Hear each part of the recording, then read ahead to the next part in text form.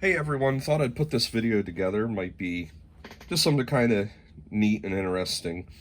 This is the evolution of my own personal lightsaber. Way back when I made this first one, this was my first lightsaber I ever made. I was more of a kit basher, was not familiar with resin casting or any of the types of processes I use today. And I wanted to come up with a design that was a little bit different than everything else we've seen. And part of what was the inspiration for this is the Tales of the Jedi comics from Dark Horse. If you see, the shroud here has this kind of funky shape to it. And a lot of the Tales of the Jedi lightsabers kind of had like these spiky emitter ends to them. And I wanted to kind of replicate that, but also combine that ancient design with something that seemed more modern and mechanical. So this is what I came up with. And this ribbing here was actually from an old flashlight. It was a pretty common one that was made at the time, and it had this area here that had the stamp with the brand logo in it. And so that was a perfect place to put this little control block. And this piece here was actually part of a product for a company that I worked at the time, and it just fit in there perfectly, and it already had these little vents, which was kind of cool. And I added what was supposed to be a recharging port. That's just like a little audio jack. And that is not a true charging port. It's just for appearances. And if you see, I have the switch on the side mounted of this block. And the reason for that was I envisioned it as a way when you're holding the lightsaber, you can squeeze it like that, but yet if you're fighting, your hand wouldn't be, too likely to hit it. You actually have to almost purposefully do it. These here are strips that I think were from wiper blades, but like the blades were taken out, and so it's like this hard plastic, and I just painted the gold in there. The emitter end here, the shroud, was just a piece of PVC.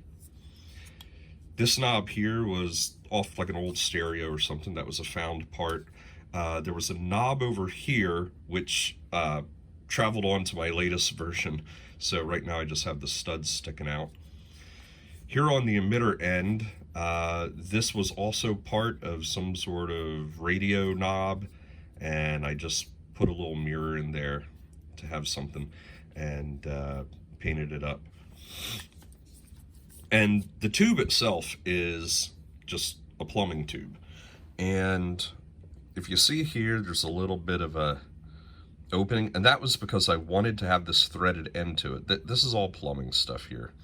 And the reason for this was in the Star Wars Visual Dictionary, they had a cutaway version of a lightsaber. And I was like, I want a lightsaber where you can pull the guts out and see it.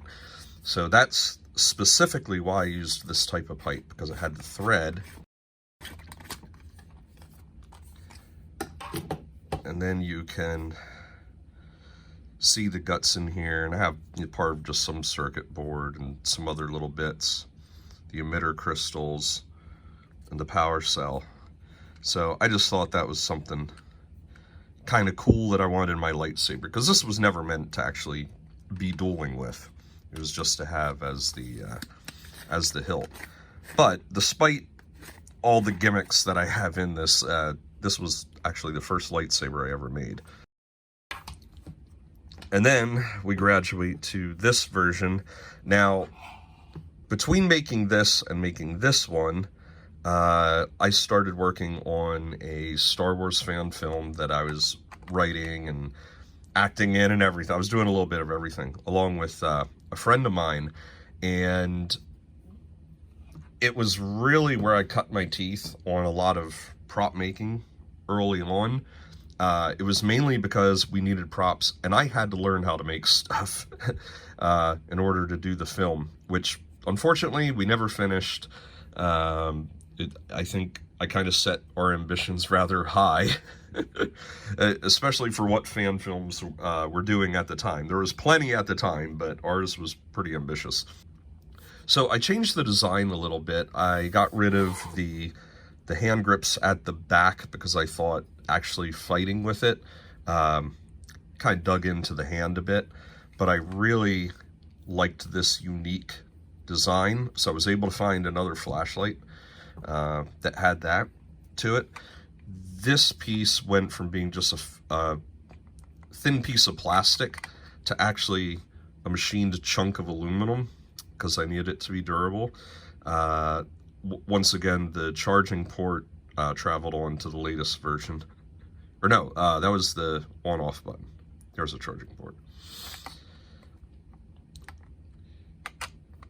And then for the emitter end, this was actually machined aluminum this time. This was machined plastic, and so was this knob. So I kept the basic feel between the two, but just made it a little bit more practical for actual use on the set. And I had to make two of these. I made one with a blade, one without the blade, and the blades were just like a steel or aluminum rod. I think we were actually using steel. So anyway, this is the one that would be worn on my belt. It has the belt clip. So, yeah, that was the evolution. And then, as my skills advanced and a lot more places started making electronics for lightsabers, and they started making, you know, the Master Replica and FX sabers, I decided I wanted to actually have one that lit up and really go nice. Instead of just having a piece of plumbing tube, this one is actually an aluminum tube. And this pattern here, it's a sleeve of aluminum.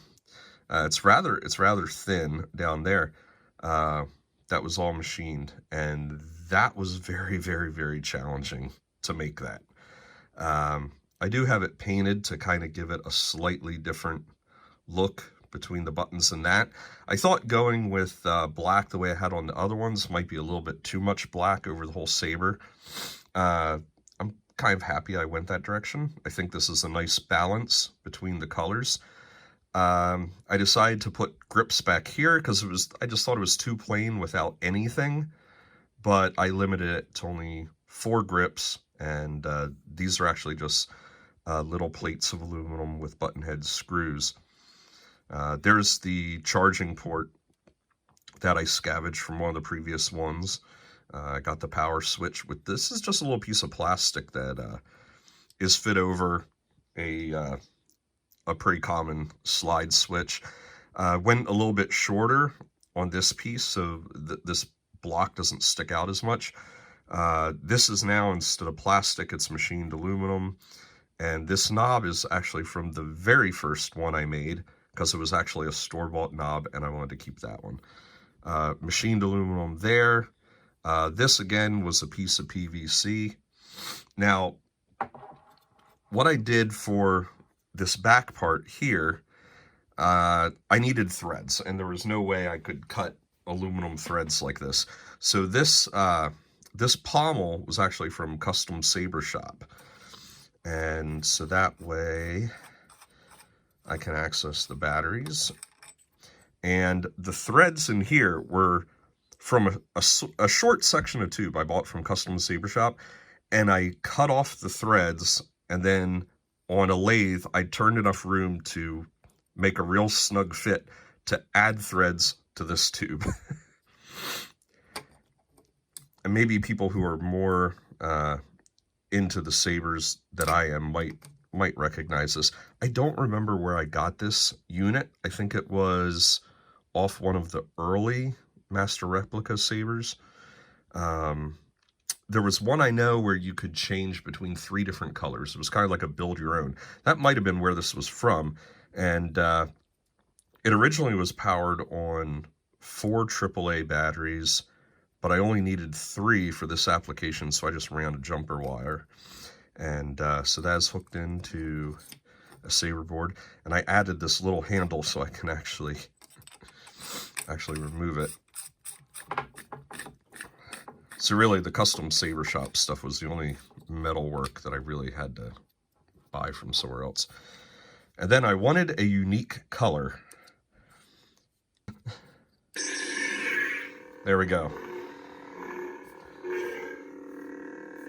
I just thought it would be cool. You never really saw a yellow lightsaber, so I figured that's what I'm gonna go with. So there you have it. That is the evolution of my own personal lightsaber. Hope you enjoyed it.